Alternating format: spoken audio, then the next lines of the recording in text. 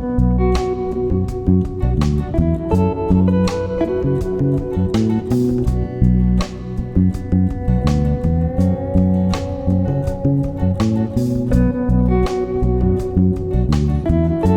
Up your life में आप सबको श्वेता का प्यार भरा नमस्कार। होम मेकर हूँ तो घर के कामों को करते करते ही आज की टॉपिक के बारे में बात करूंगी। अपनी वीडियो को शुरू करने से पहले एक बार फिर से आप सबको बता दूं कि ना ही मैं कोई मोटिवेशनल स्पीकर हूँ और ना ही किसी फील्ड में बहुत एक्सपर्ट। फिर भी मेरे द्वारा बनाई गई वीडियोस आप लोगों के लिए हेल्पफुल हो रहे हैं। मैं भी अपना 100% डालकर किसी भी टॉपिक के बारे में रिसर्च करती हूँ, उसके बारे में कुछ किताबों को पढ़ती हूँ, उसी के बेसिस पर मेरी वीडियोस होती हैं।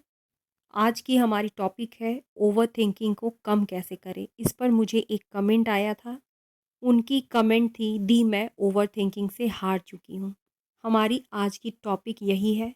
सोचते तो हम सभी हैं और चिंता भी करते हैं, लेकिन जब ये सोचना और ये चिंता हमारे मेंटल हेल्थ पे बनाती है तब इसे हम ओवर थिंकिंग कहते हैं।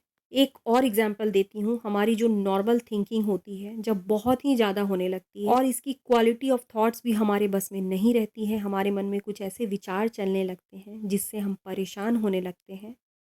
हमारे जो विचार हैं, हमारे जो थॉट्स हैं वो बिल्कुल आउट ऑफ कंट्रोल हो जाते हैं, तो इसे ही हम ओवर थिंकिंग कहते हैं। मैं बिल्कुल सच कह रही हूँ, मैं बहुत अधिक ओवर थिंकिंग करती थी।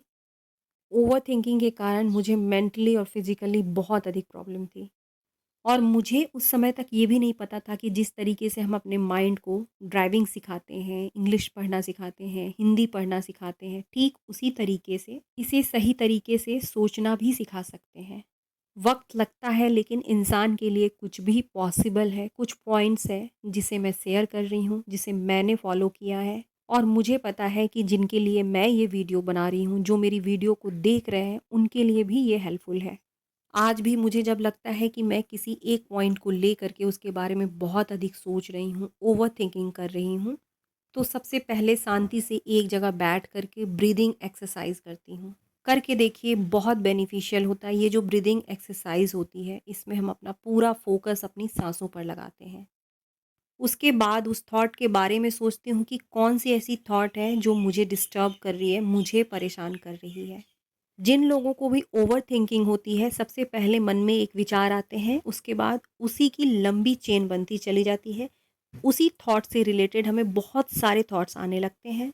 जिस भी पॉइंट पर हमें यह रियलाइज हो जाए कि मैं ओवर थिंकिंग कर रही हूँ, अपने थॉट्स को हमें उसी जगह तुरंत रोक देना चाहिए और ये सोचने की कोशिश करनी चाहिए कि आखिर ये वाली जो थॉट है वो सबसे पहले मेरे मन में कहाँ से आई? सबसे पहले मैंने इसके पहले मैंने क्या सोचा था? इसके पहले मैंने क्या सोचा था? यानी हमें सबसे फर्स्ट पॉइंट पे जाना है। पर्टिकुलर इस चीज़ को मैंने डीप नॉलेज के फाउंडर आशीष शुक्ला से सीखी थी, जो काफ़ी हेल्पफुल होती है। अगला पॉइंट भी काफ़ी हेल्पफुल है, डाइवर्सन।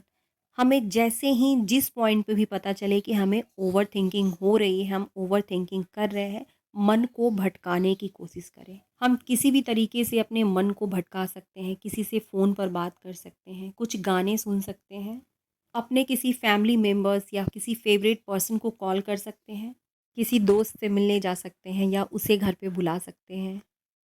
ये सिर्फ मेरी ही बात नहीं है, आप सबने भी ये नोटिस किया होगा कि जब हमारा ध्यान कहीं और होता है, हम इंगेज रहते हैं, फ़ोन पर बातें करते रहते हैं, किसी फैमिली मेंबर से बातें करते रहते हैं, किसी गाने के साथ गुनगुनाते रहते हैं, तब ओवरथिंकिंग वाले ख़्याल हमारे दिमाग में दूर-दूर तक नहीं आते हैं। कोशिश करें कि जब भी ओवरथिंकिंग होने लगे और हमें यह पता चल जाए कि हम ओवरथिंकिंग कर रहे हैं, अपना ध्यान पूरी तरीके से कहीं और शिफ्ट करें। Live in present. Over thinking करने का सबसे बड़ा कारण है हमारा प्रेजेंट में ना रहना। किसी भी प्रॉब्लम को जब हम ख़त्म करने का सोचते हैं तो सबसे पहले हमें उसके कारण के बारे में भी पता होना चाहिए। हमारे ओवर थिंकिंग का एक बहुत बड़ा कारण है कि हम प्रेजेंट में नहीं रहते। या तो हम बीती बातों को सोचकर परेशान होते रहते हैं, जो कुछ भी पास्ट में हुआ है उस एक पॉइंट को लेकर के लगातार उसके बारे में हम सोचते रहते हैं और खुद को ओवरथिंकिंग मोड में ले जाते हैं। ये चीज़ें मेरे साथ भी होती थी और अभी भी होती हैं। अचानक किसी चीज़ को देखकर पास्ट की याद आ जाती है और मैं ओवरथिंकिंग मोड में जाने लगती हूँ। लेकिन प्रैक्टिस के बाद मुझे ये पता चल जाता है कि मैं ओवरथिंकिंग मोड में जा रही हूँ।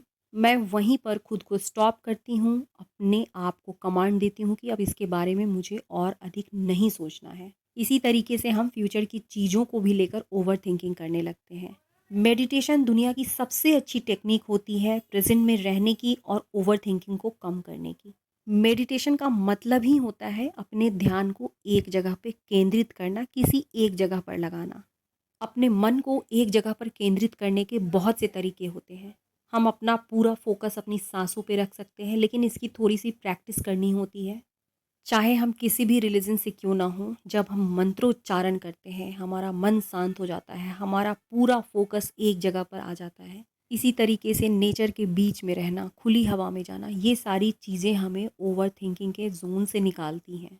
मैं अपनी बात बताती हूँ, जब मैं मॉर्निंग वॉक पे जाती हूँ, बिल्कुल शांत वातावरण मन में इतनी एनर्जी भर देता है, मन बिल्कुल शांत हो जाता है। सुबह की हवा में हम ओवरथिंकिंग कर ही नहीं सकते हैं। हालाँकि मेरी जो मॉर्निंग वॉक है अभी कुछ दिनों से छूट गई है क्योंकि हमारे यहाँ बारिश बहुत हो रही है।